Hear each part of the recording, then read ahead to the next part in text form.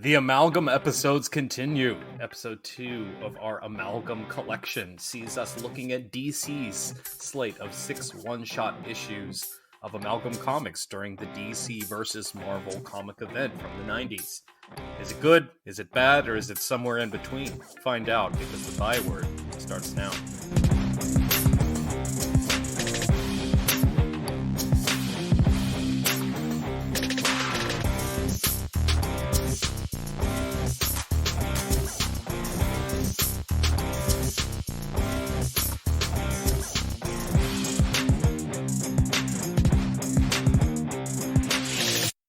Welcome into episode 164 of the Nerd Byword. Today, during our Byword Big Talk, we are looking at DC's slate of Amalgam books back from the 90s.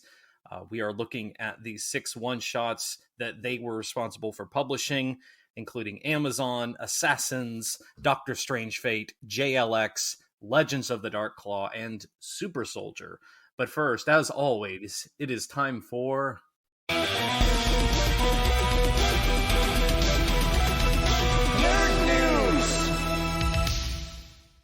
Dave, what you got for us this week? Yeah, so, I think one of the most hotly debated things going on in the world of video games right now is perhaps slowly coming into focus, and that is the successor console to the Nintendo Switch.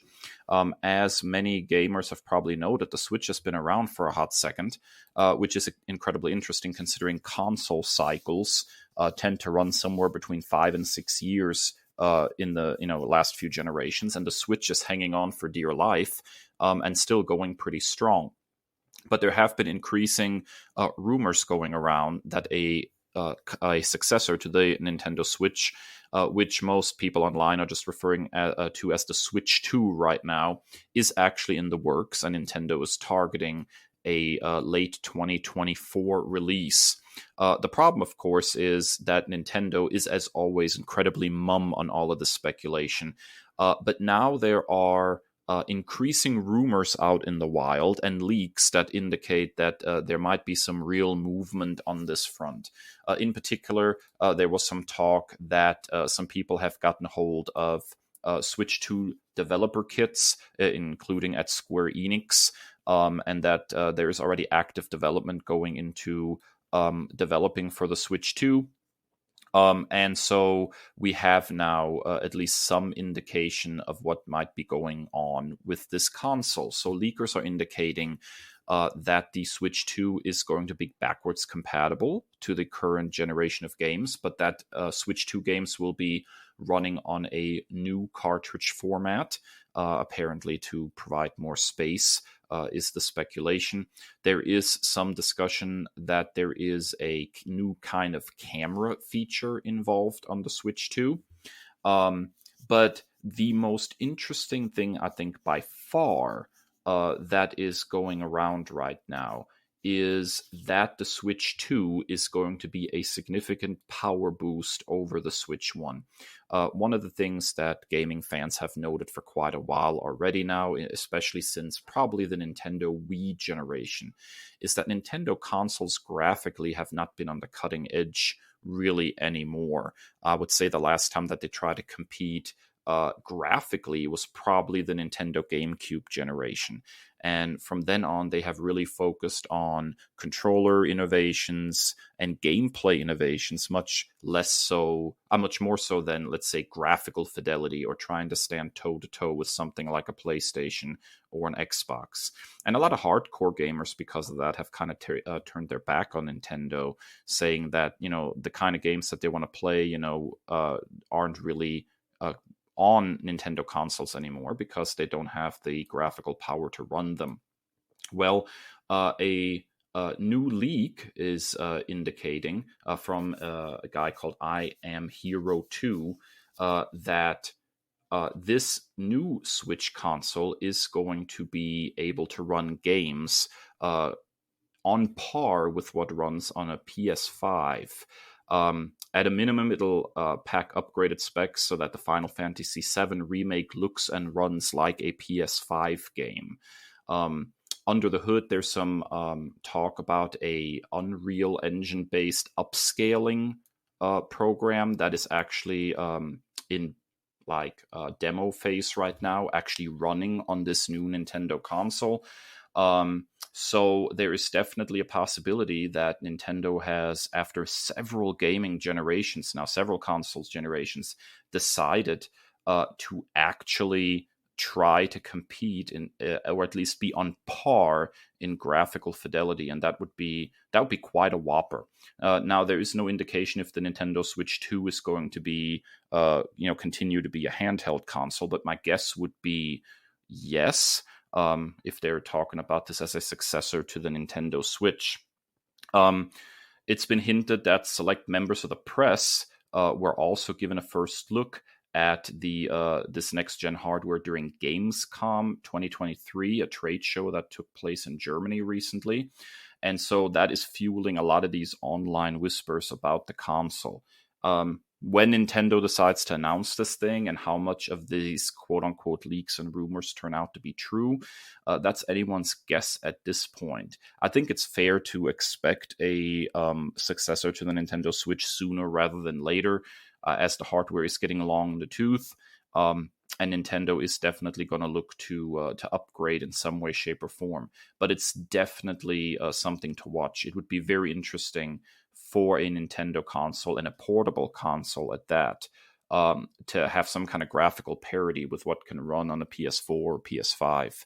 I think that would be a game changer for Nintendo, as so many more third-party developers could bring their games to a Nintendo console. And we have seen that kind of thing is possible with my beloved Steam Deck, right? It definitely is possible to pack a lot of power into a portable console these days. So I'm very, very curious to see where this is going, Chris. This might change my plan of attack, because I've been planning on purchasing another Nintendo Switch. The one that I had stopped turning on, so I sold it basically for parts. And I've been Switchless for the better part of a year or two. And I've been dying to get back in. But this might change that. I don't know if I just need to wait it out and get the second Switch. But it's really interesting, the graphical part. I totally agree with you. That's the most interesting development, because I heard in a GameStop, and I think I've said this on the show before, and I think it was almost like an aha moment, where a GameStop employee I had a great conversation with. We talked for a good 30 minutes, and he said, Nintendo is the Apple of gaming. And that just kind of stopped me in my tracks, because there's such like a kitschy appeal of Nintendo consoles, to where they've never really had to try and go for that graphic fidelity route. They've never really even had to compete with Sony and Microsoft, if we're being honest. Like, most people are happy with choosing a PlayStation or an Xbox, and then also having a Nintendo console. Like, it's almost like they're not even direct competitors in a sense. Like, I don't get that same vibe. You have PlayStation gamers and you have Xbox gamers duking it out, and then in their spare time they're walking around with the Switch at the same time. And so it's interesting that they're pivoting from that and going that route. So that's fascinating. And like I said, I've just been dying to get back in. Okay, let's be honest. I just want to play Tears of the Kingdom. I really just want to play Tears of the Kingdom. And I want to go on this deep dive of Zelda. So I may get like a used one or a discounted one, just to get that, to scratch that itch until the Switch 2 comes out. But this is something that's going to be fascinating to watch. And, I absolutely love when a console maker decides to be backwards compatible with the previous console, yes. right?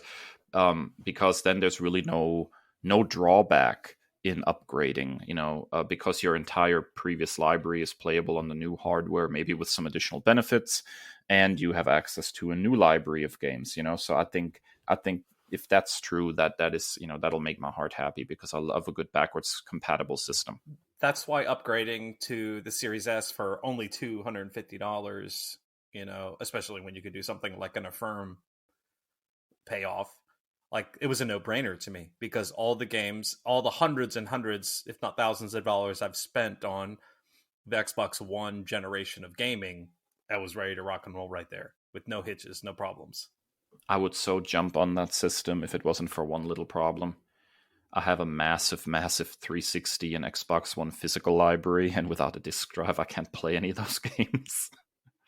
So this is where physical kind of bit me in the butt a little bit. Yeah, yeah. I don't know if you could. I don't know. My dad always had me trained to like rig something up. I don't know if you could like get one of those external disk drives that I used to have for like my laptop. Like I got a new laptop and I was like, oh crap, it doesn't have a disk drive, and my dad just gave me an external one that I hooked via USB. I don't even know if that's functional. I have no That idea, is. but I would love it if it was, because I would love to be able to play Starfield, for example, but Oh, my One X can't run it. more So, on that later, dear friends. talking about more on that, let's go ahead and talk about some news. I think you're really scraping the bottom of the barrel this week. Yeah. We were talking before we hit the record button. We were up to like 15 minutes before recording time, and I still didn't have a news story. There's not a lot happening. And, so I found something on Variety, and it was also featured on comicbook.com, about James Mangold, who was announced at the last Star Wars celebration that he's going to be directing another Star Wars main film. And he also just, had The Dial of Destiny, the Indiana Jones film, which lost a lot of money, did not perform well, but I don't know. I overall really enjoyed. There's a multitude of reasons why it did not perform well at the box office. This little thing you may have heard of called the strike going on. Probably being one of those big things. An aging demographic of Indiana Jones fans might be another, but that's neither here nor there. I'm a fan of Mangold as a director. Logan is one of the diamonds in the rough of the X-Men franchise. One of the films that actually works for me, that I actually enjoyed. And so he was talking on a podcast about the Boba Fett film that he was set to direct with Simon Kinberg, who also made his name in the X-Men film franchise, for better or for worse in most cases, about this Boba Fett movie that never happened. And, so a lot of things came to pass, mostly around the reaction towards the Solo film, which I still do not understand. I really love that movie. It's really fun. Yes, you have the snafu of the director's stuff, and make what you will of that. But that was a fun movie, especially the second and third acts of that. A lot of fun. So he was talking about that on a certain podcast, of what that was going to look like. At this point, I'm direct quoting. At the point I was doing it, I was probably scaring the shit out of everyone. I was making much more of a borderline R-rated single planet spaghetti western. They probably would never be able to embrace Baby Yoda if I had made that. It didn't really belong to the world I was kind of envisioning. This, of course, references, modern Star Wars, the Disney Plus era of the family friendly, trying to sell a bunch of merch. Like, I can't tell you how much Grogu merch I have in my house. My kids love it, and everything. So it's really interesting to kind of see what would have been. The Book of Boba Fett was hit and miss when it came to reviews. I enjoyed it. I'm not overly critical of stuff like that. I think a lot of people just want to find something to complain about. Everybody has a microphone, which seems ironic given that we have our own podcast. But I think so many people like just want to gripe about something. But it is fascinating to kind of see this what if in Star Wars, and I'm excited to see what Mangold does, honestly, because what I've seen of his work as a director, I've enjoyed. He is talking about this upcoming film as being a biblical epic like the Ten Commandments that's going to track the origins of the Force. And that sounds fascinating to me. So I think it would have been cool to see that space western, spaghetti western with Boba Fett, but I'd say I'm more excited about what he's going to do now. Yeah, the Boba Fett show didn't particularly intrigue me. I think modern Star Wars is very much a take it or leave it kind of proposal. Every time you see a project, you either take it or you leave it. I don't think it's a monolith, at least in my life, the way it used to be when I was a kid. If it had Star Wars on it, I was there. But I'm not quite that anymore, I don't think. But I will say that I have come to the conclusion more and more in recent months that a lot of the stuff that is popping up as TV shows on Disney Plus would have been probably better served as a movie. And I think probably one of the most obvious cases of that is Obi-Wan Kenobi. I think that that particular TV show felt a little, kind of dragged out in places. And they had two different confrontations between Obi-Wan and Vader across that show that felt like they were basically two halves of the same confrontation. So I think compressing that into which were spectacular. Oh, they were great. Spectacular. But I totally agree with you. I think if they would have cut the fat down and brought that down to a good 2.5 hour movie, it would have been an absolute barn burner of a movie. And as a TV show, I think the response has been much more tepid to it. I think Boba Fett probably falls into that same kind of area. I don't think that's necessarily great serialized storytelling right there. I think it would have been a great standalone movie. And I think it's very sad what happened to Solo, because I like that movie as well. Again, it's not like, Do you think that's an overreaction? Do you think that's an overreaction to Solo and why they've made these series? Absolutely. I think that's an overreaction to Solo. It's an overreaction to Solo. And combined with trying to create more exclusive content for the Disney Plus streaming platform, I think those are which is fine. Two sides of the same coin. You have Disney Plus. You have Disney Plus exclusive movies. You have Netflix exclusive movies, like HBO Max, Max exclusive movies. This is not like you don't have to make everything an 8-episode series or 6-episode series. Also, and there are shows that I like that do this. Why do we need a 6-minute credits? Stop it. Yeah. But to me, I think ultimately they're making a big mistake in trying to turn everything into a show now. I think that a lot of these things would be served better by much tighter storytelling. I think we're in a very weird era for television, and I think that's in large part because of streaming. But to me, a television show is long-form serialized storytelling, and a movie is this bite-sized thing. But for some reason, a lot of TV shows are now this bite-sized thing too. I miss, having a 20-episode, 24-episode season of something, because it meanders a little bit. A lot of people say, well, these shorter seasons are tighter storytelling. I don't necessarily think so, because they're coming at it from the wrong angle. They're taking concepts for movies and stretching them out. I think there's a lot of filler in these short shows, whereas a full-length TV show, with a concept built on, well, we can tell a whole bunch of different kind of stories with this conceit. Even the detours, even the experimental episodes don't feel like filler, because they all serve this larger concept, which is very broad and allows for a whole lot of different storytelling opportunities. So I guess this is a long way of saying I wish movies were movies and TV shows were TV shows, and this Frankenstein in between thing that we have right now is not really particularly entertaining to me.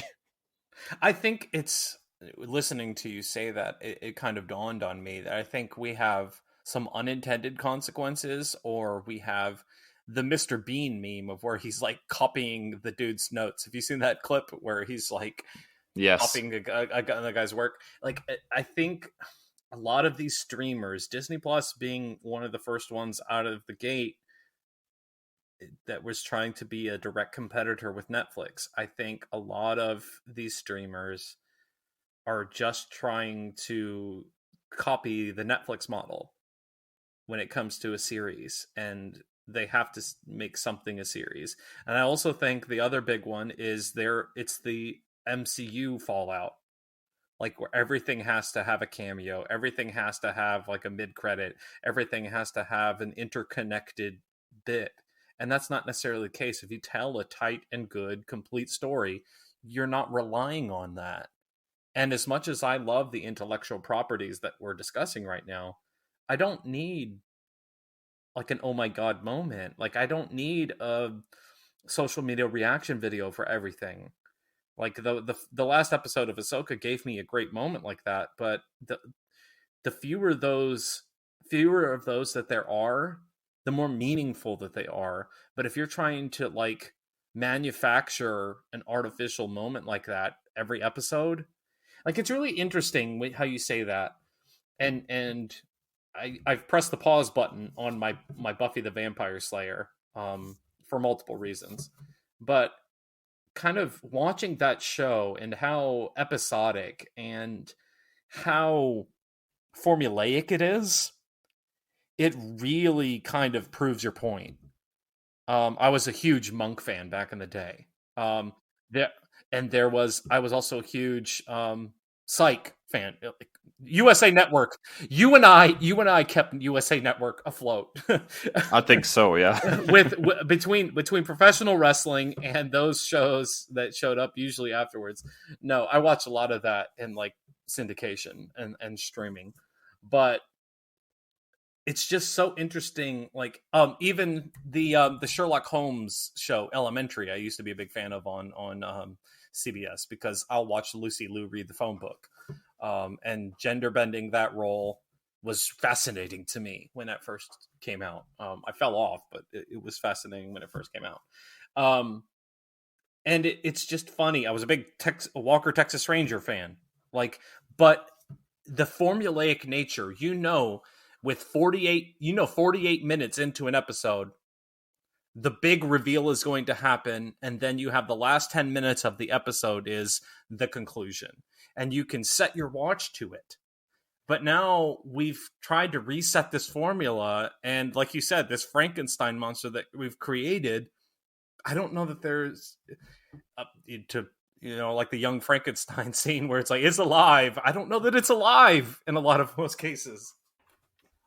Yeah, you're exactly right. It's a very interesting situation. I think eventually it would be fun for us to do a whole episode where we just kind of discuss like the state of television and how streaming has affected storytelling. I think that's a very, very rich area of discussion. All right, that wraps up Nerd News. When we come back from our first break, we are diving into DC's Amalgam collection. Stick around.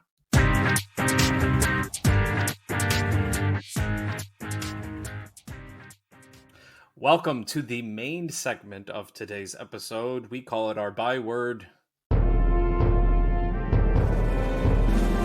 Big Talk.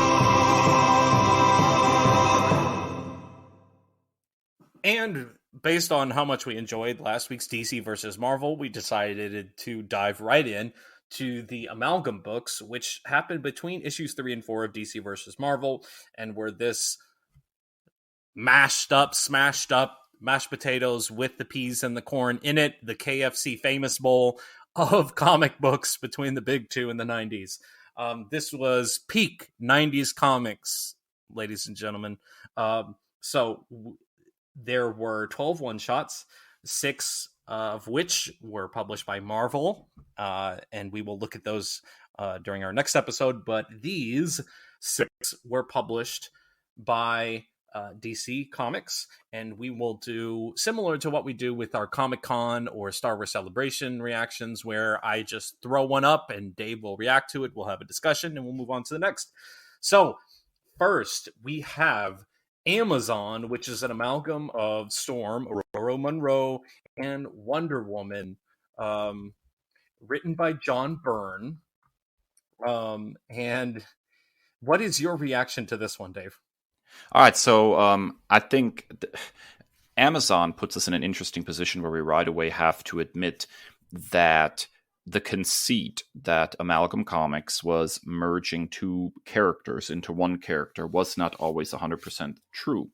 In some cases, there were 3 characters merged together, and in some cases, there was like a part of the character was split off.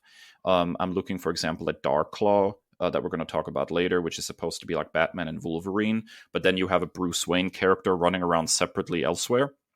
So the one-to-one merging is not exactly what happened here. However, when it comes to Storm and Wonder Woman, I think I kind of figured out what was happening here, because we get an interlude in the book where Diana of Themyscira shows up, and you're like, well, if she's merged with Aurora Monroe, then how in the world is she a separate character? So there was funny story.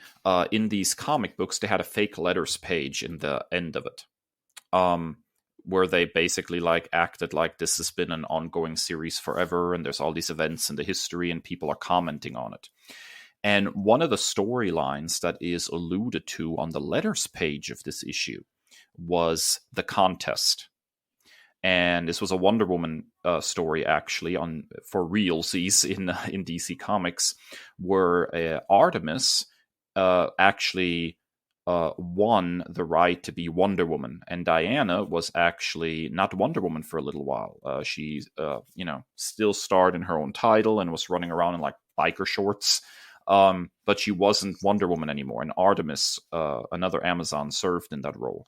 So my feeling after reading this issue is that Amazon, or Aurora Monroe of Themyscira, is actually an amalgamation of Storm and Artemis, which is how we still have Diana running around separately.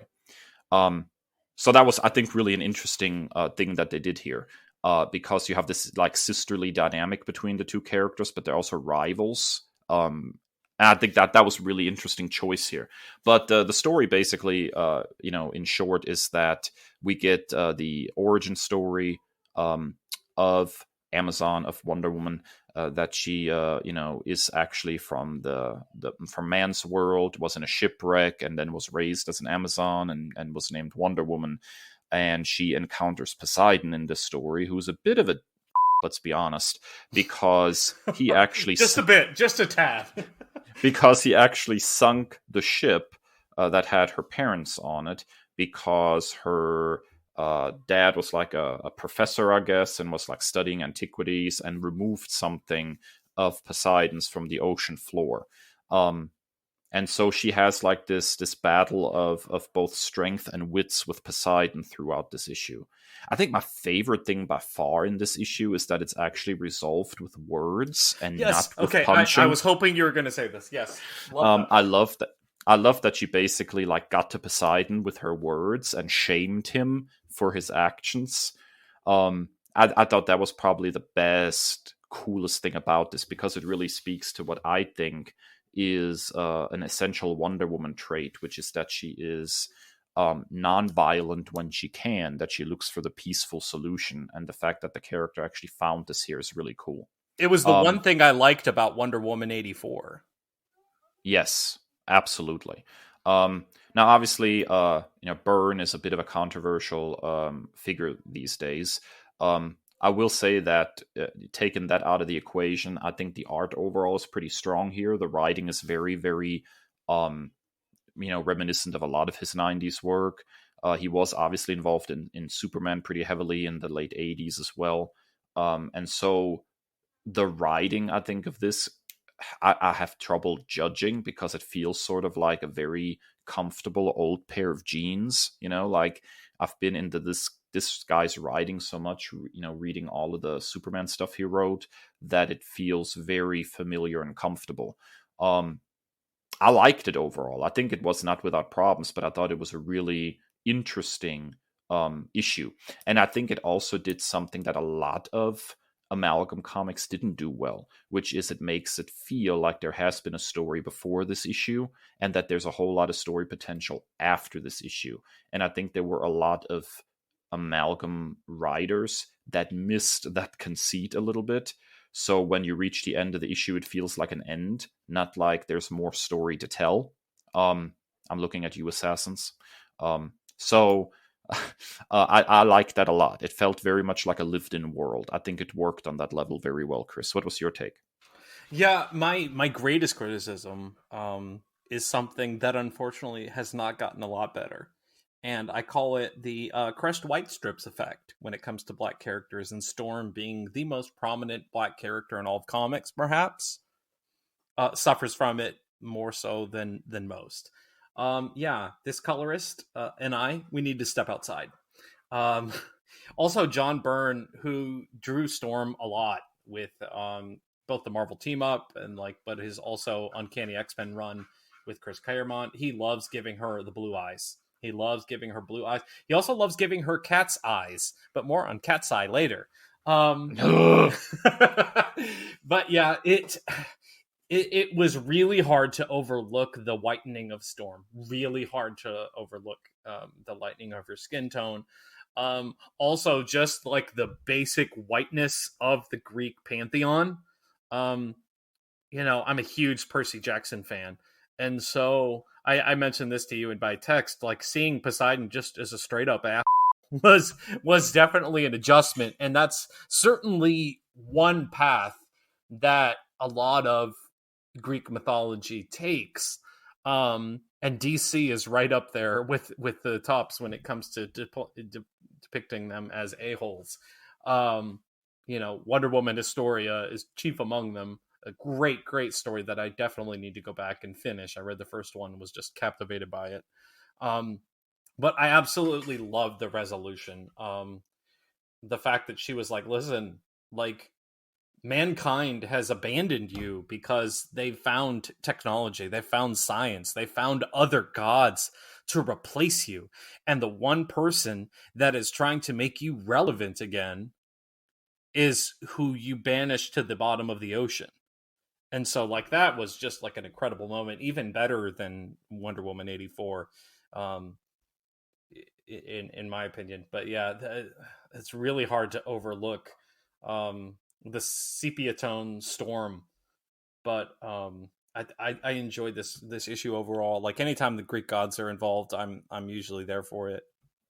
Yeah, I had a lot of fun with this issue overall. Not flawless, not without problems, but a lot of fun, which I think is going to be, for a lot of these books, probably the common theme. Not without problems, but a lot of fun anyways. All right, buckle up, Buttercup, because we are headed to Assassins next. The creative team on this is Dan Chichester, Scott McDaniel, and Derek Fisher.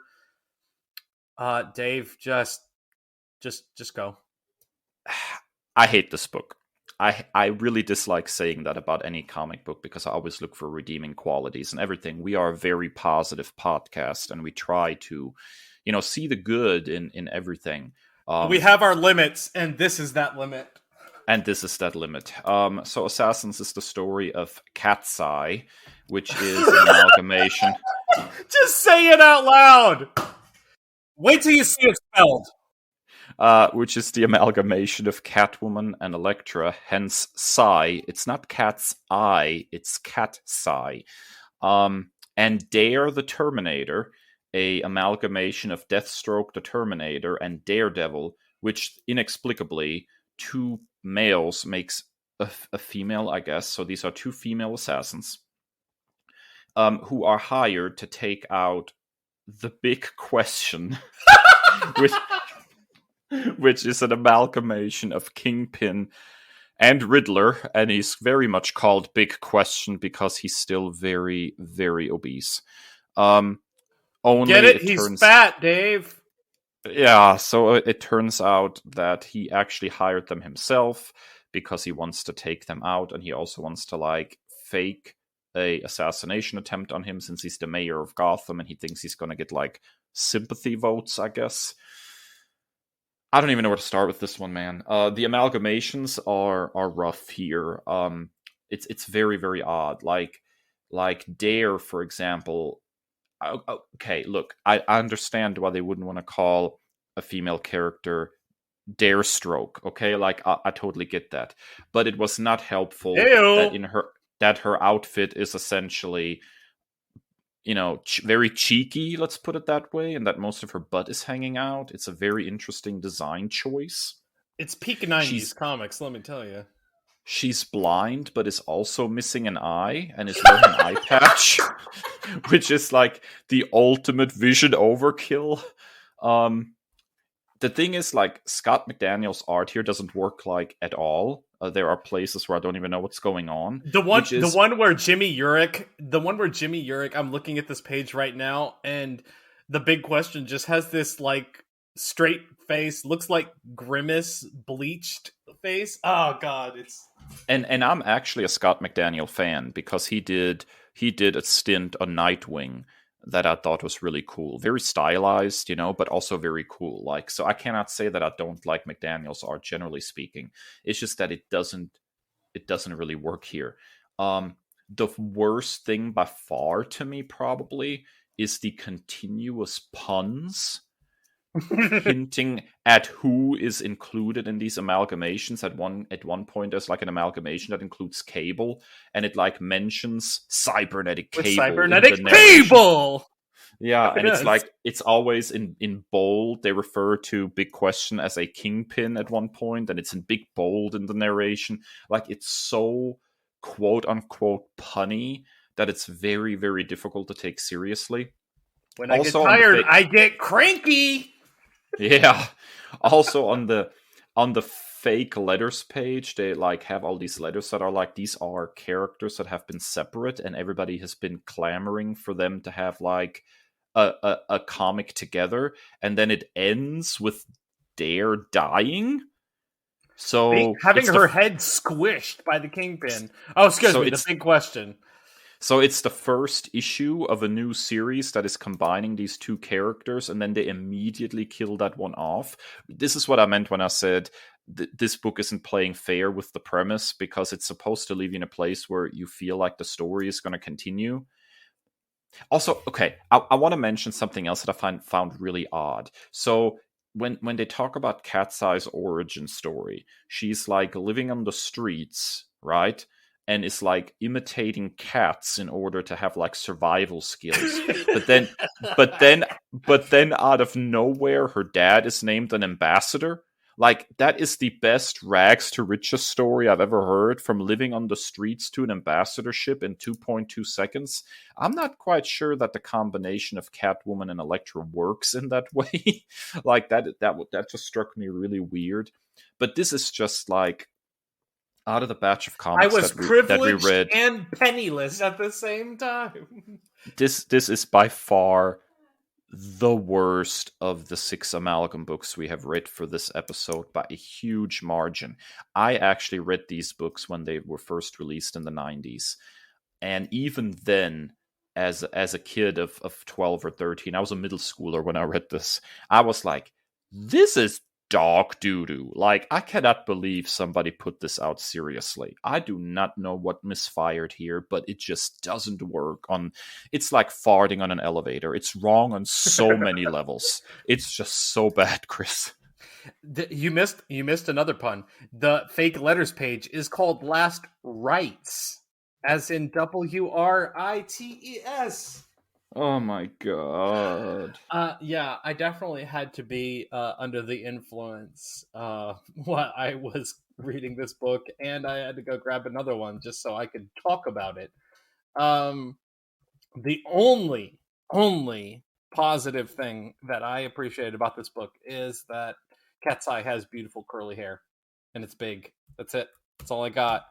Everything else is, I told you, I think I texted you, I said, this is just when you're at a character creation screen in a video game, and you just spawn the randomize button, and that's what you roll with. Like, there's like, in each one of these, in like the interior cover, there's like different variant covers, I guess. I don't know if they sold them physically, or if these are just like sketches that they had, or if they were just trying to build that lived-in universe that, yeah, this has been ongoing for a long time. This is totally not a one-shot gimmick. But that cover with the big question, I told you, I was like, this is the dumbest thing I've ever seen. Not just in comics, it's the dumbest thing I've ever seen. So, yeah, this is... I think I also told you this was the awkward love child of Batman and Robin and Jennifer Garner's Elektra solo film. Maybe some Affleck Daredevil in there, but I never made it through that whole movie. I just rage quit.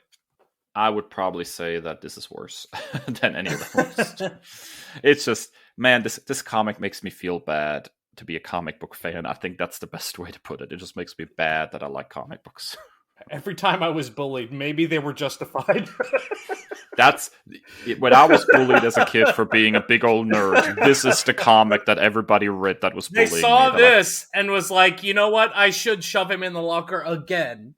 Yeah, he deserves it. Yeah. Oh my And they god. would be right. All right, I'm hitting the emergency evac before we go too negative on this show, because I'm going to follow this. We're going to follow this up with a book that I really dug, Dave. Maybe my fave. We're talking Doctor Strange Fate. It's my second fave on the list, but you probably know what my favorite was. But yeah, this one makes perfect sense. Written by Ron Mars, art by Jose Luis Garcia Lopez. It's about ostensibly a amalgamation of Doctor Strange and Doctor Fate, two powerful magicians. So this is like a no-brainer. But it also ties into the narrative of the larger DC versus Marvel event, as our friend Access, who I guess initially thinks he kind of caused this merged universe, although he really didn't, is kind of trying to escape and get away from Doctor Strange Fate, who is aware that he lives in an amalgamated universe and does not want Access to separate the universes again and thereby destroy his reality. So that's a really cool conceit, actually, and gives Access some interesting moments here too as he's trying to figure out his powers. But there's so much cool stuff going on in this book. It is art-wise one of the strongest. It's absolutely gorgeous. Real quick, gorgeous book. Real quick, we have Ron Mars on script, who just proves all of the prophesying and the all the love that you've been giving him on this podcast. I get it now. He's fantastic here. And Jose Luis Garcia on pencils, Kevin Nolan on inks, Matt Hollinsworth on colors and separations, and Chris Eliopoulos on letters. So I just wanted to give our creator some love there, because it is absolutely beast. It is a beast. We have Doctor Strange Fate calling on some agents of his, including Bruce Banner, the Skulk, which is apparently an amalgamation of Solomon Grundy and the Hulk. Although and John Constantine. There's definitely some John Constantine going on here with the way he carries himself and the way he dresses. I thought the purple pants were a nice touch in the outfit, though. Yeah, and the dress shoes. We have Frankie Rayner, Jade Nova. I cannot speak to this character much. There's some Kyle Rayner here, but there's some Guy Gardner for sure. There seems to be some Jade in there too, though, who was I think Rayner's girlfriend in the comics at the time. She's like the daughter of the original Green Lantern, Alan Scott. But I do not know the Marvel character. I don't either, to be honest. And then Wanda Satara, the White Witch. Oh God! Holy crap, dude! Even as a kid, I felt feelings. This lady made me sweat when I was a kid. I am not gonna lie. This was Dr. Chase Meridian, Nicole Kidman in Batman Forever. You guys want to know why I defend Batman Forever? Nicole Kidman alone, and that's the same vibes from here. Sorry, I had to cut it. Absolutely, you are 100% correct. And so he sends these agents out to collect Access, and Access has these series of confrontations. And ends up getting, of course, captured by the White Witch. All she has to do is climb on top of him and give him a kiss to knock him out, and this is done, because that's just how she rolls. And then we have a great moment where Strange Fate is trying to take the power away from Access, the splinters, the leftovers from the original universes, but Access, smart and stupid as he is at the same time, doesn't have them. He's hidden them. He manages to escape, and then we get to the end, and Strange Fate realizes he failed. His universe is at an end. He takes off the helmet of Naboo, and it's freaking Charles Xavier underneath there. It is such a twist to the end of this book. It is so good. The art sings, the writing sings. It just works. And I would love to see more of this whole conceit. I think there's just something really cool about this one. It's awesome, Chris. Awesome. It's far and away, and we'll talk about your fave, because I totally get it. It feels like that book was written specifically for you and why you preferred that one over this. It was. We know. They did a special personality assessment, and they polled you, and they're like, "Well, let's make this book for Dave." No, that last page reveal where it's really Charles Xavier. I have always said that the age of accountability for X-Men fans is when you realize that Charles Xavier is the master manipulator and the chief gaslighter. Like, that's when you grow up, and it's your puberty, if you will, as an X-Men fan, as you realize he's the. And so this is totally in character for him to manipulate for his own means, to do whatever it takes, like some shady behaviors, some master manipulation. And I loved everything about this book. And maybe I was wrong about Wanda. I'm gonna have to look at Wanda through a different lens. And I'm gonna, I guess, have to read every Zatanna book that was ever done, because holy crap, what a character! I loved everything about this book. Mars is cooking, man. I need to pick up where I left off with that Kyle Rayner Green Lantern. I got to the fridge issue, and I was just like, okay, I get what we were talking about, and I tapped out. But I'm gonna have to pick it back up, because when it comes to cosmic and apparently magic and just weird, my guy Ron Mars, I get what you were talking about, dude. I totally get it. Yeah, it's just good stuff. I got nothing else. It's just good stuff. God, I want an ongoing. I want an ongoing of this series. Ugh. All right, another one that I was kind of meh to start with, but it kind of won me over as I went. We have JLX from Mark Waid, Gerard Jones, Howard Porter, and John Dell. Because with that creative team, you have to love it. Yeah, there's definitely good stuff here. JLX is a really interesting twist on your favorite peeps, the whole conceit of mutants, right? So we have Howard Porter was on JLA with Morrison, and Mark Waid, of course. Gerard Jones was, last time I checked, one of the Green Lantern writers before Ron Mars. The less said about him, the better, I think. Anyways, so what we have here is we have the Judgment League Avengers, the JLA, and they get a splinter group of people whose powers are mutant in origin, and they go off and form their own team over a conflict around the very first mutant, the Mariner, who is a amalgamation of the Submariner Namor and Aquaman. So he's accused of having done something which he says he's innocent of, and they throw him in jail, and the book basically is the JLX breaking him out and then going in search of Atlantis, which is at this point lost. They don't know where Atlantis is. So you have members, Angel Hawk, which is a merging of Angel and Hawkman. You have Apollo, which is I think it's Aztec from Morrison's JLA and Cyclops. We have Chaos, I think, which is Spitfire and Havoc. We have Firebird, which is Phoenix and Fire, I believe. Some of these amalgamations were not easy to figure out because there's no official guide. Fans are just kind of guessing, right? Mercury very clearly is Quicksilver and Impulse. Mr. X is Professor X and Martian Manhunter. I have to say, Night Creeper. Oh, spoiler alert! Night Creeper was a cool surprise. That was so fun. Oh my god! Nightcrawler and the Creeper was a great amalgamation. We also had Runaway, which is Rogue and Gypsy, and Wraith, which is Obsidian and Gambit. And they set up some interesting stuff in this book. Like, for example, playing off the Gambit and Rogue relationship, Runaway and Wraith are in a relationship. And they do this thing where he has like this darkness, based on Obsidian from DC. And she can touch him without, hurting him or taking his powers away, but he is starting to realize that she's actually absorbing parts of his darkness, and it is affecting her morality. Like, she's turning into a darker and darker person.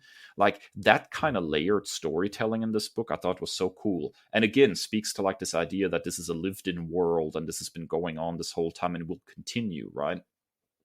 I love the reveal at the end when they find Atlantis and it's empty, and they're like, well, where did all the people go? And Mr. X, who has been brought them together and has been leading them, reveals himself to be an alien. And he says, I relate to the mutants because I'm an outcast too, and I want to help you. And that was a really cool twist, I think.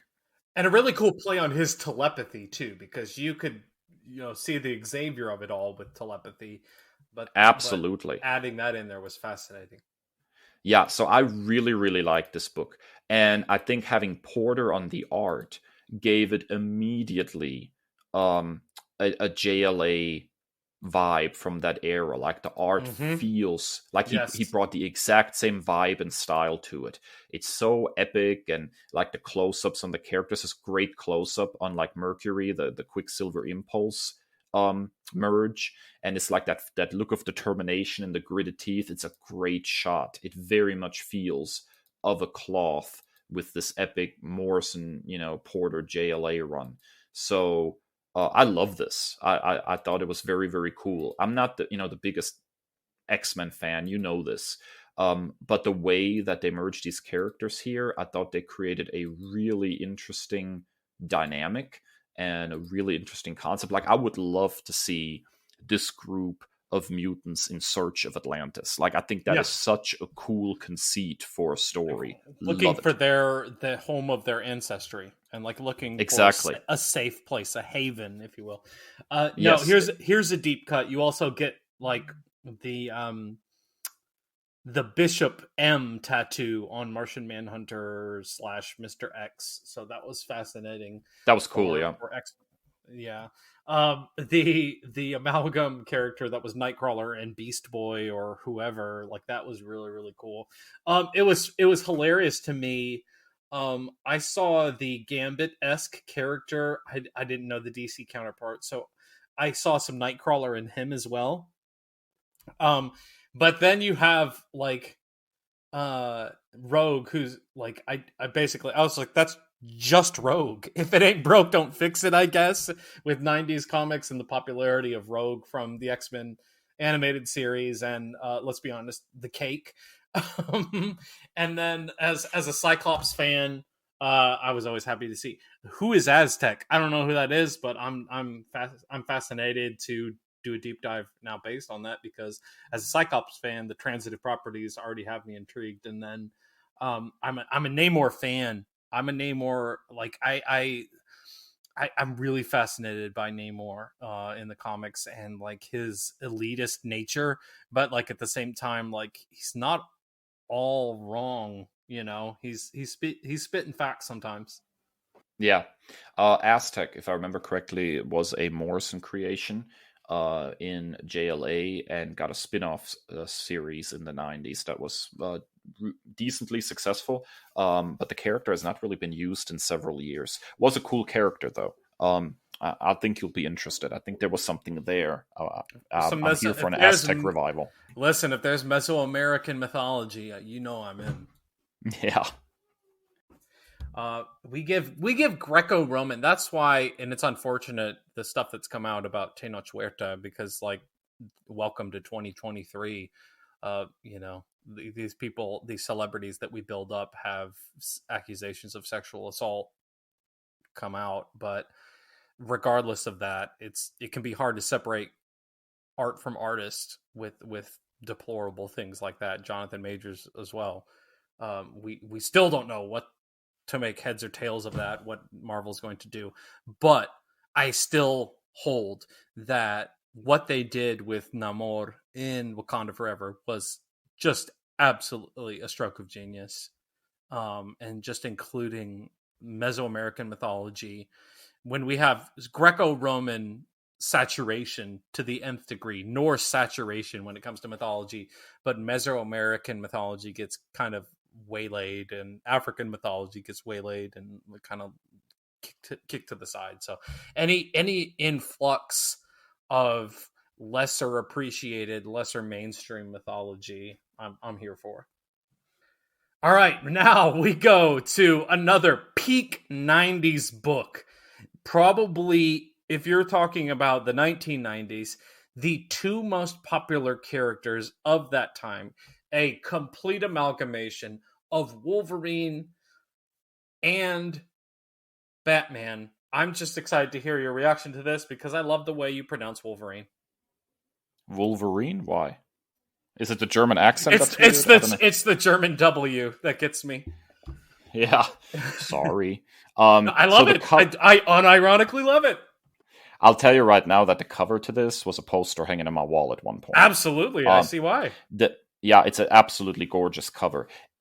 In retrospect, I will freely admit that Darkclaw may be the single most over-designed character in all of Amalgam.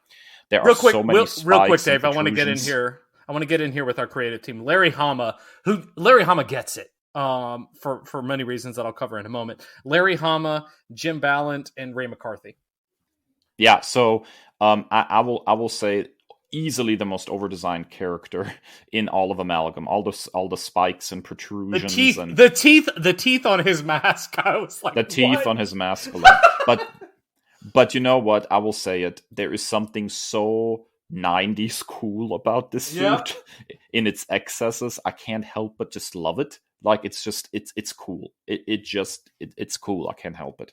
What we get is very much an amalgamation of the idea of Batman and Wolverine. You know, he was orphaned. He grew up in Canada. He was part of an experiment.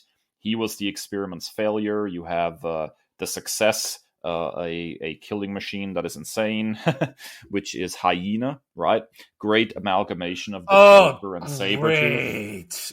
Great. That is a great bad guy character. Like that amalgamation just worked. The design is sufficiently freaky, sure, but I think just the character just works. Of course, Darkclaw has a sidekick, Sparrow, which is an amalgamation of Jubilee from the X-Men and Tim Drake Robin, which means, of course, that the two got to be very, very close with each other, even in the Amalgam universe. So congratulations, you two lovebirds. I could have said that in a much worse way, but this is very much just the straight up crazy action flick of this lineup, right? It feels very much another fun one with Huntress and Carol Danvers. Yeah, that amalgamation is just okay to me. I think she was such a non-character in this. Like she didn't really have any distinct kind of a POV a little bit, but not like very much so. Not a full commitment to the POV though. Yes, if she feels like sort of a blank slate and more of a tool for us to have somebody there that Darkclaw can tell his origin story to, basically, and give a tour of his cave and everything, right? I'm shocked how good the Sparrow design is with the Jubilee basically the Jubilee design, but in a Robin suit. I have to say that design really kind of rocks. Much better than I anticipated. And I just like the action of it all. It's a very, very fast-moving, action-packed story. With Darkclaw taking on Hyena, who's after wants to take out the president. He's trying to save him. The Secret Service who is just Bill Clinton. It's straight up Bill Clinton. It's straight up Bill Clinton, and it ends in a great cliffhanger as he falls out of the airplane, and Sparrow saves him, and he's like hanging from the wheel of his plane, and it's like, okay, now it's time for me to get another crack at the Hyena, and then it's like, bam, there's your cliffhanger, And in that sense, it totally works as an Amalgam book. There's history before, there's history after. There's all sorts of story potential. I have a soft spot for this one. I don't think it's as good as I like to think it is. I think it's a little straightforward in places and a little over-designed, particularly in the suit of Darkclaw. But I have a big soft spot for this one. I really, really liked it. It's interesting reading this in hindsight because, as a Johnny-come-lately to comics, it's really fascinating. It's almost like looking at a time capsule with this comic. We've dug it up with our claws, and here's what we have. Here's the end result. I think I texted you. This is, I understand like the cult classic appeal of this. It really felt, especially that intro, it felt like one of those Hong Kong, like Jackie Chan, Chow Yun Fat, like Hong Kong, like action, like beat 'em up kind of cult classic films. And it was just really fun. Like, it was not the best when it came to like comparing it against some of the others. It wasn't the best overall, like Doctor Strange Fate or Super Soldier, which we'll get to. But it was a heck of a lot of fun. And it absolutely maximized. I would imagine. Okay, I'm doing this in hindsight with no frame of reference of what was happening at the current landscape, but I would imagine that it maximized on the popularity of Batman and Wolverine from their respective animated series. Yeah, and in fact, if I remember correctly, and if we get to do eventually season 2 of Amalgam Comics, the second season featured a Dark Claw book that was basically straight up, what if Dark Claw had Batman the Animated Series? That's what it looked like. Like, they completely pitched away from this hyper-realistic look and went straight into Batman the Animated Series as a look. And that was a very, very cool book, if I remember correctly. It's been a few years since I read it, but it'd be fun to revisit. I'm in, but without further ado, the book that was created for Dave. Let's talk Super Soldier. We are looking at amalgamation of Clark Kent Superman and Captain America. So, I mean, like, real, almost like B-movie. It's funny because we're such fans of, like, Mystery Science Theater 3000 and Riff Tracks and, like, all those, like, old black and white movies. And this felt like an old sci-fi B-movie, Dave. Yes, and to me, it had by far the coolest conceit at the cliffhanger for the ongoing story of what's going on here. So we have Super Soldier by Mark Waid and Dave Gibbons, and oh my god, this is a dream team. Anytime there's an S involved, I want Mark Waid on it anyways, right? But you have human Clark Kent, who joins an experimental program to become a super soldier during World War II. Only the super soldier serum that he gets is actually based on alien DNA from a recovered body from a UFO crash.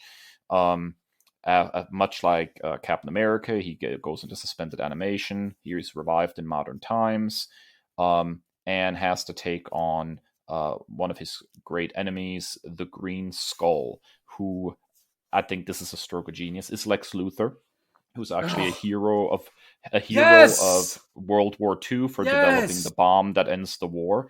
Only unbeknownst to the world, the K-bomb, is actually based on kryptonite, right? And of course, he injected some kryptonite into himself as a way of prolonging his life, which is why he's green, which is a nice nod to all the stuff that happened to Lex Luthor in the DC Comics because he was exposed to kryptonite, right? And he, brings back the weapon that was used in the end there by the Nazis, Ultra Metallo, which is fueled by kryptonite, and Super Soldier has to take it on and take it out, right? And it's absolutely fantastic. It's just a great book. Visually, it's a great merging of Captain America and Superman. The shield is now the S. That I think that is so cool. Like, the S shield is now literally a shield. The art is beautiful here. I think it captures that sort of World War II and vibe, and that Man Out of Time vibe perfectly. And I love the cliffhanger with the realization that Super Soldier is weaker now than he was during World War II because the entire Earth is basically coated in low-level kryptonite radiation. Which is really fascinating, like, meta-contextual of the aftermath of dropping bombs on Hiroshima and Nagasaki. And I would love to see that story continue. Like, how does he cope with that? How does he push past that, knowing that he's not as strong as he used to be and he's still trying to be a hero? Does he continuously get weaker over time? Like, there's so much story potential here. I wished I would have gotten more of this. But yeah, putting Captain America and Superman together and then putting Mark Waid on it to write it is like, designed in a lab to appeal specifically to me. Like, I absolutely love this. You're the Super Soldier. You're the Super Soldier. I love this book. I thought it was so fun. I just had a blast reading it, Chris. My only nitpick is the shield. I love the fact that it is an S, but and I know you're going to say, Chris, they have the triangular shield for Cap. I think it's dumb. I think it's to be circular, especially if you're given the boomerang effect. There's just something about a giant frisbee that I love. Maybe that's a personal nitpick, but I love the amalgamation of Metallo and Ultron, like, and the fact that it was secretly controlled by Luthor. The fact that Luthor's just chilling in his bathrobe is hilarious. It's so Luthor, isn't it? Though, like I'm gonna go kill Superman in my bathrobe. That sounds very much like a Lex Luthor thing. Like I swear, I expected to have the cast. I expected to have Tom Servo and Crow T Robot like making commentary while I was reading this book. This felt like something that should be on MST3K. I really truly enjoyed this book. And as a fan of like history and U.S. history, like I think that meta contextual thing about the aftermath of atomic war, and the unintended consequences and the fallout of that, I think that was just such a stroke of genius, and not really surprising when you see Mark Waid with a writing credit. Yeah, I wanted more of this one too. I really did. Like, I would have loved to see more. All right, that is all of the 6 one-shots from DC slate of Amalgam Books. Next episode, we're going to flip the script, and Dave is going to kick it to me on the Marvel books. So that kind of worked out perfectly. Dave, what's your overall, I guess, assessment of this? I know we do this with reviews. We may have to throw an asterisk in there with Assassins. Yeah, I think this was overall a really fun collection of stories. I think Strange Fate and Super Soldier are kind of top of the line for me, to the point where I'd actually like to read more of those stories. I think Legends of the Dark Claw comes in a close second there. JLX and Amazons are in third place for me. I think those are both interesting conceits. JLX, I think in particular, were just such a large cast. You know, it just needs more room to breathe to really get into. But I could see this actually being a top tier sort of book with the conceit of looking for Atlantis, and Assassins is just it's so bad, and it's the only thing that really made this a not 100% fun experience. Even the weaker books in the stack were really, really good, except for Assassins. Yeah. You ever get an assignment turned in, Dave, where it's mostly solid and it's mostly like great work, and then they just make up some crap on one answer? I see this a lot being a foreign language teacher. Like, they're mostly solid. I'll get a test back and like they're solid, and then they're just straight up making up words. I'm like, Yep. Yeah, that was Assassins. You're just making stuff up. You know what's really funny about the next batch? I was looking at the list. There are 2 books on the list that I don't remember at all. And I know I had them because I had the entire 12 one-shots, but there's 2 here that I do not remember at all. So rereading this is going to be interesting. Yeah, I'm definitely looking forward to this. When we come back from this, our final break, we are going to talk about the good stuff. You know, it is Nerd Commendations.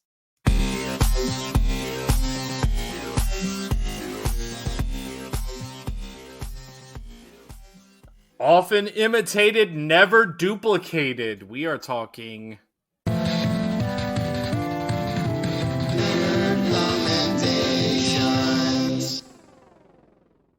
All right, Dave, I see Kelly Thompson, and I'm already there.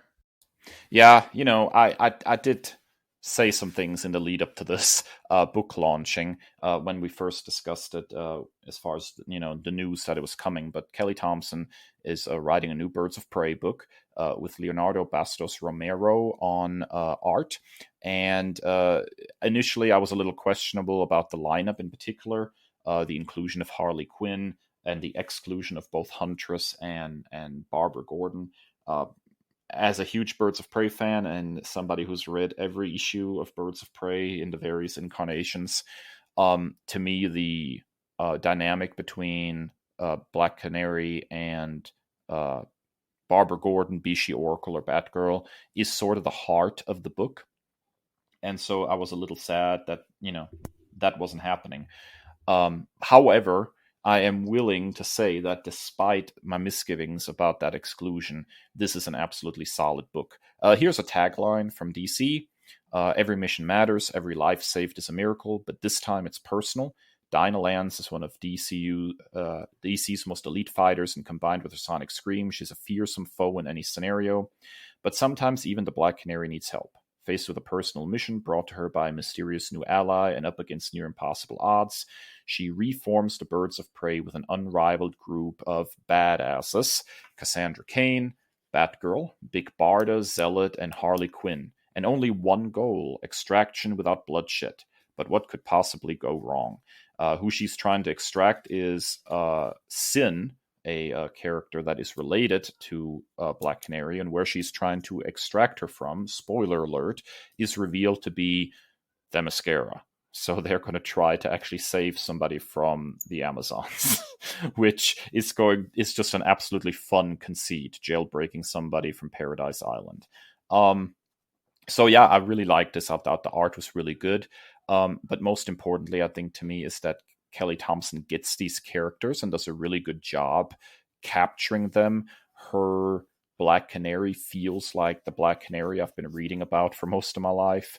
Her Cassandra Cain is a little more talkative than I like, but that's been a common problem with DC Comics. They put a lot of words in her mouth when she's much more a silent type.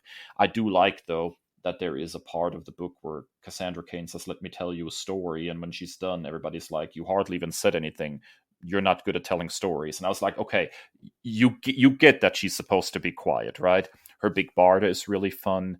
And even though I think we're reaching an oversaturation point with Harley Quinn, I think she actually works quite well here so far. So I am going to reserve judgment on the inclusion of Harley in this book. I'm optimistic. They make actually a plot point out of the fact that Barbara Gordon is not there, because this mysterious new ally is basically saying that Black Canary cannot tell Barbara Gordon what she's getting ready to do. And so I'm very interested to see where this is going, because it hints towards a future confrontation or inclusion of the character, which I think would be very, very smart for the book. And would be a big fan favorite moment, I think, for fans of previous Birds of Prey incarnations. So I really, really liked this. I thought it was solid, and I'm going to continue reading it. So I really liked it. It's highly recommended, Chris. That's really exciting, because like I've seen enough personal experience with some of these characters, but there are some that I know that are popular amongst DC heads, like Cassandra Cain, like Big Barda, that I don't really have any frame of reference for. And I totally agree with your commentary about Harley Quinn being overly saturated at this point. She's become the Deadpool or the Wolverine of the tens when it comes to DC Comics, it seems, from an outsider's perspective. But I really trust the pen of Kelly Thompson. So I think also, like, what I like about this Dawn of DC initiative, it feels like a really new reader friendly jumping on point. And so I'm excited to give this book a look. Also Jordi Belair, I'm in. Colors, like one of the best colorists in the game. And did the cover art as well, I believe. Mm-hmm. Yeah, Chris, so let's talk about this thing you've been itching to talk about. What are you recommending this week? Believe the hype, man. Starfield. It is Xbox's like darling of this generation. It's the big selling point of the Bethesda acquisition and everything, and it is everything that it purports to be, in my opinion. I've thoroughly enjoyed this. This is very much a Bethesda production, and that is not a criticism. I think that gives like some comfortability. So this is like Fallout 4 or Skyrim through a sci-fi lens. So that gives a level of comfortability. Is it reinventing the wheel? Maybe not, but I really, really enjoy this experience that I've been on over the past couple of days. It is in the same respect of especially Skyrim. it can be overwhelming to start off with just the vast number of possibilities once you get out of that tutorial phase. For those of you that are uninitiated, Starfield is an action RPG developed by Bethesda Game Studios, famous for Fallout franchise, famous for the Elder Scrolls franchise, and it is exclusive to the Xbox Series. Released for Windows and Xbox Series X and S on September 6, 2023.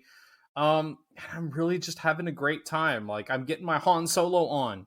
Like, I just get to be a space cowboy and just do whatever I want. And it is, that level of comfortability is a real additive feature, in my opinion, of like the constructing tables, and adding mods to your weaponry and creating outposts. And people might be critical of the fact that it's very much like a Bethesda game, and it's very reminiscent of those previous franchises. But I think just the grand scale that it's on, the planetary scale, the galactic scale that it's on, you can go and scour planets for resources. There's so much that you can do. So like, this is a very early nerd commendation because I've only been playing for a couple of hours, but like, it is totally worth the price of admission. Which, it's funny, if you're a Game Pass subscriber, there is no price to admission other than your monthly subscription service. So maybe this is just another way of me saying that Game Pass is the best value in comics, because I'm just having the most fun just being in outer space and just giving in to all the sci-fi nerdy tendencies that I've loved since I was a small child. Yeah, I'm really looking forward to trying this. Of course, I'm gonna have to do something. I've read repeatedly that it's a difficult run on the Steam Deck. Otherwise, I'd run with the Windows version. And I can't really run it on my Xbox yet, so I'm gonna have to make it a choice here of which route I'm gonna take to try to actually play this game. There's been some updates for it for Steam that are supposed to get it closer to playable, so maybe I'll just hang back and let it figure itself out for Steam Deck a little bit first. But I'm really looking forward to giving this a try because it's right up my alley. People are saying, well, it's just Skyrim in space, and I'm like, you don't have to sell it so hard, man. Like, that sounds good to me. I'm there for it. Let's go. Which is funny because you're not the biggest high fantasy kid. So like, no, what you would have enjoyed about Skyrim, you can absolutely wholly embrace with Starfield. That's exactly right. It's much more my cup of tea. I'm actually at a conundrum at the time of recording because it's the first NFL Sunday, but I want to play Starfield, so I may have to have multiple screens going at the same time. And you're rolling your eyes in German right now. Well, yeah, it's sometimes good to not care about football. All right, that wraps up another episode of the Nerd Byword. What did you think of these amalgam issues? If you were reading along, be sure to give us a like and subscribe on your favorite podcasting platform, whether that is Apple Podcast, Spotify, or our very own website, nerdbyword.com. And find us on social media. We'd love to hear what you thought of these Amalgam Comics, or what your thoughts are on Starfield. I know there's quite a bit of talk going on around that game right now. Or how you enjoyed Birds of Prey #1 from DC Comics. You can find us on most major social media platforms at Nerd Byword, and individually at That Nerd Dave and at That Nerd Chris. And as always, stay well and stay nerdy. The Nerd Byword is written and produced by Chris and Dave, two nerds with a love of all things pop culture. The podcast features music by Al Jimenez, with additional drops composed by Joe Biondi. Our show art is by Ashery Design. Find us at nerdbyword.com and wherever podcasts are available.